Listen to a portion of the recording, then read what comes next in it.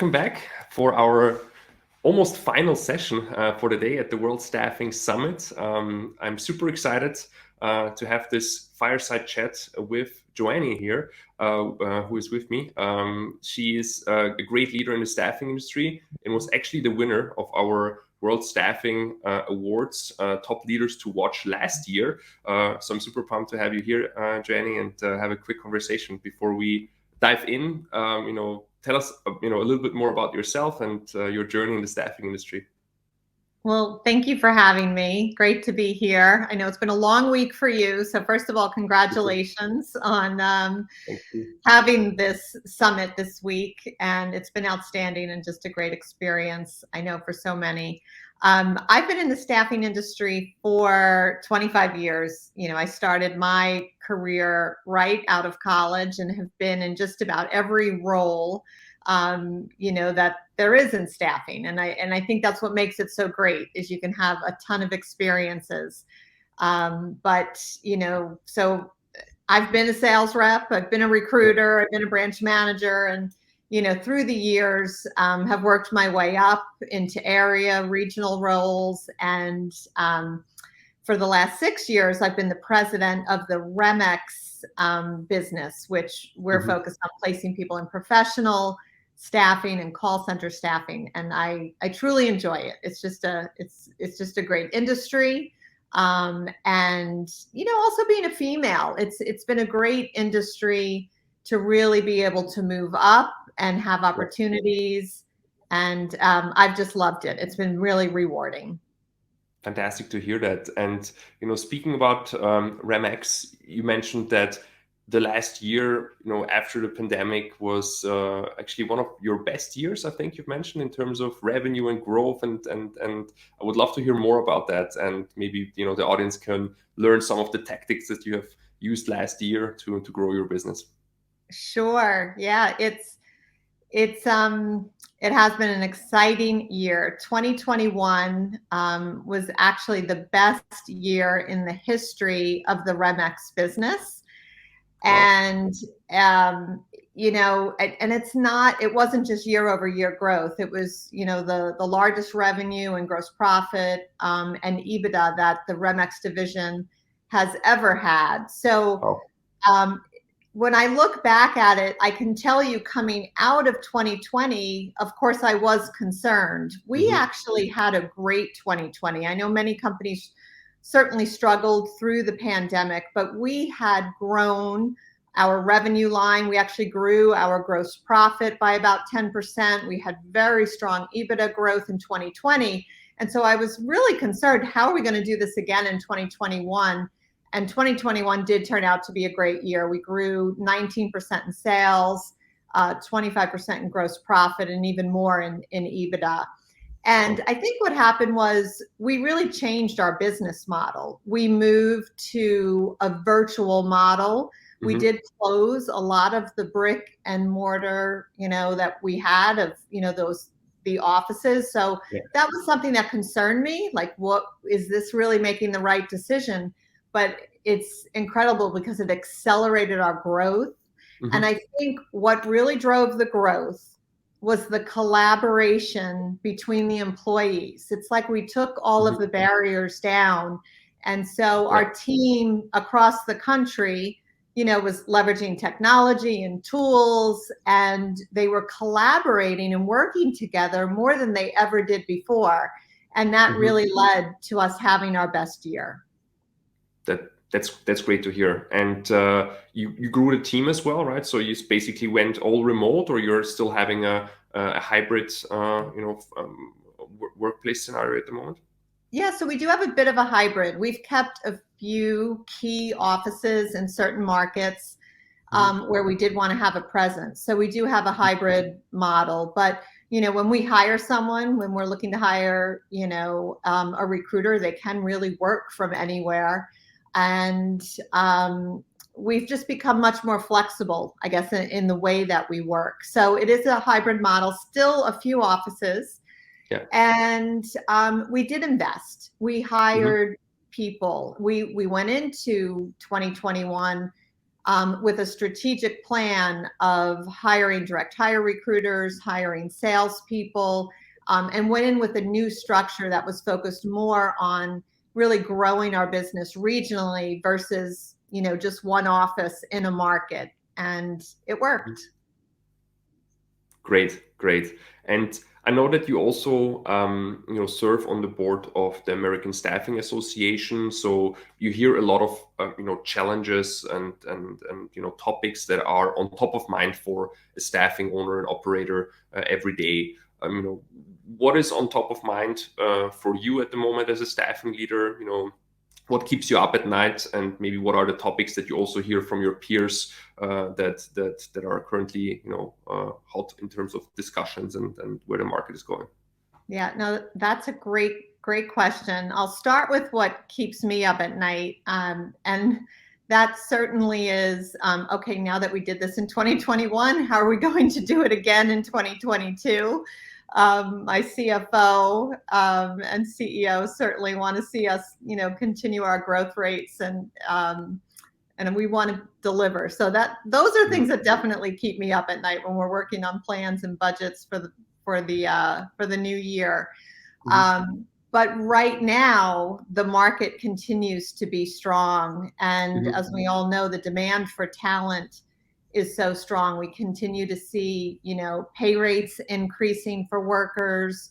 Online job postings remain very strong. Unemployment rates in the United States and across the world, really are very low. So there is a strong demand, which is great for the staffing industry. And so it is a good market. It is a good time to be in the space. So that's kind of the upside. At the same time, there are a lot of challenges and things that we do discuss at the board at the American Staffing Association. We still have challenges with, managing through this pandemic, certainly managing through like the vaccine mandates, even though, the government mandates did not get upheld. There still are challenges with companies that are mandating, vaccines, and how we track that, and the administrative burden of that is still a factor, certainly today. So that's a challenge. But I would have to say the biggest challenge we see is the scarcity of talent.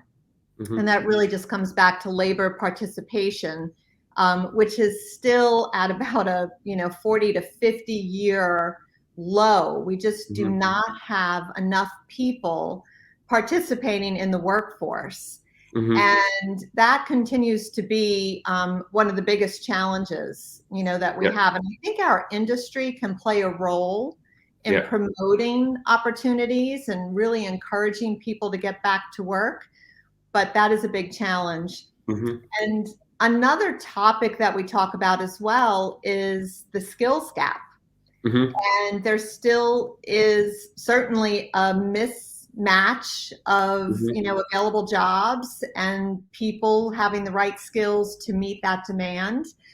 So that's a big challenge. And at American Staffing Association, we are discussing what role does our industry play in helping to close that gap, and should we play a role, and what is the role that we play? But certainly that is another challenge that we have. So you say that a potential, maybe talk a little bit about challenges, a potential opportunity for the staffing market. And when you think of maybe other opportunities, is one of them could be reskilling, or like the topic of reskilling, and focusing more on that as a staffing company, potentially as a service aspect, potentially going deeper into reskilling existing workers to different skills. Would you see that as an opportunity in the next coming years for the traditional staffing businesses, maybe? Yeah, I definitely see it as an opportunity. I know my company that I work for, RemX is a division of EmployBridge. We've actually invested in a partnership with Penn Foster, where we're offering education and classes to our associates to try to upskill and also reskill workers. But we're just scratching the surface. There's so much more we can do. And, on the members of American Staffing Association and board members are really doing some unique things as well with apprenticeship programs, offering opportunities for training, on the job training, vocational training, getting involved with the trade schools. So many of the staffing firms are focused on this initiative, and I definitely think it's an opportunity, and one that, companies need to think a little bit more seriously about. Great. Maybe one question, and maybe somebody in the audience, is interested to start a staffing business, or maybe a recruitment or HR tech business. From all these years in working in the industry and having that experience, what would you give somebody as an advice that wants to start a new business today? And maybe there are things that you would do different and have learnings now. Well, certainly when I started, as I mentioned, it was a long time ago, and we didn't have the technology or the tools that are available today. Certainly for someone that was just starting out, I would really recommend making sure that they research and look at what are the different platforms and tools that they could have access to that would help really get their business off the ground and put a good foundation and infrastructure in place to help them accelerate their growth. And there's so many. I know that you've highlighted, a few of them actually this week, and even Talent Tech Labs, who kind of sponsored your day, is such a great resource. And they didn't pay me to say this, but I would highly recommend that they do connect and look at their research and recommendations of, kind of what's happening in this space, because I believe if you're going to start out today, technology is going to be the difference that really sets you apart, and having that foundation. Of course, you still need a great strategy, and you need to execute on that and focus on differentiation and hiring great people and retaining them. There's a lot that goes into, that recipe for success, but that foundation needs to be solid with the tools and technology that you have in place. I agree. Having a solid technology stack when you start off, and Talent Tech Labs is for sure a good resource for that. We've seen that across the board with other companies and partners that we work with, they always come back to the Talent Tech Labs technology ecosystem and landscape that they have built. A really good overview to find the best technologies and pick from there which ones are the right for you. Thank you so much for that. And I think maybe we can have another minute or two of questions from the audience. Maybe there are some questions for you that we can take, if that's fine for you. Yeah, I'd be happy to answer any. A question from Scott that asks, with this current climate, what are the sourcing strategies, so to say, that your team is doing besides maybe looking on LinkedIn? Do you have any specific tactics that worked well for you, or maybe some that didn't work so well? Yeah, I can say, Scott, we've certainly tried quite a few things. Some things work, some things don't work, but we have invested more certainly this year in advertising and targeted advertising, and we use multiple channels. It's not just LinkedIn. We use a lot of different sources. We also have a referral strategy where we are asking our candidates and employees, our temporary associates, as well as people we place on a permanent basis, to refer additional talent to us. And that has been a great strategy as well. So even though we invest quite a bit in targeted advertising, on the different job boards and our social streams, referral strategy has also been a key component as well. That's actually a good point. We just had a Ask Me Anything session with David Francis, and a lot of the questions came about referrals, and we have even a company that's participating in the staffing summit here, staffing referrals, that is pushing this topic really, and I think it's working really well for a lot of companies. So that's a good one. Yeah, Kathleen just mentioned that David from Staffing Referrals is leading the session. One question, and I think that also relates a little bit to what I had in mind to ask you as well, is, the question is about if chatbots for screening candidates will work, will not work, and maybe will not work that well on, the higher end of the talent, skilled talent. How do you see the relationship between technology and the recruiter, and the role of the recruiter still being an important role, in combination with technology, and maybe also in the landscape of the skill sets, right? Do you see a difference between maybe the light industrial, warehouse type of work, maybe different to IT engineering type of skill sets? What are your thoughts on that? Yeah, great questions. I think chatbots certainly have their place, and we have tried a few different things. I do think that for that initial screening, it does work better with the more entry level candidates. We don't use them on the higher level positions. However, we also have found that chatbots and tools out there to engage with our workers once they're working for us, to continue to drive engagement, have been extremely effective in retention. And that's probably where we've had the most success out of everything we've done. Has been a tool that we've implemented where, the candidates do not actually know that it is a chatbot, but they really do believe. It's almost like they forget. We tell them, but it is interesting to see the engagement levels, and it has helped retention.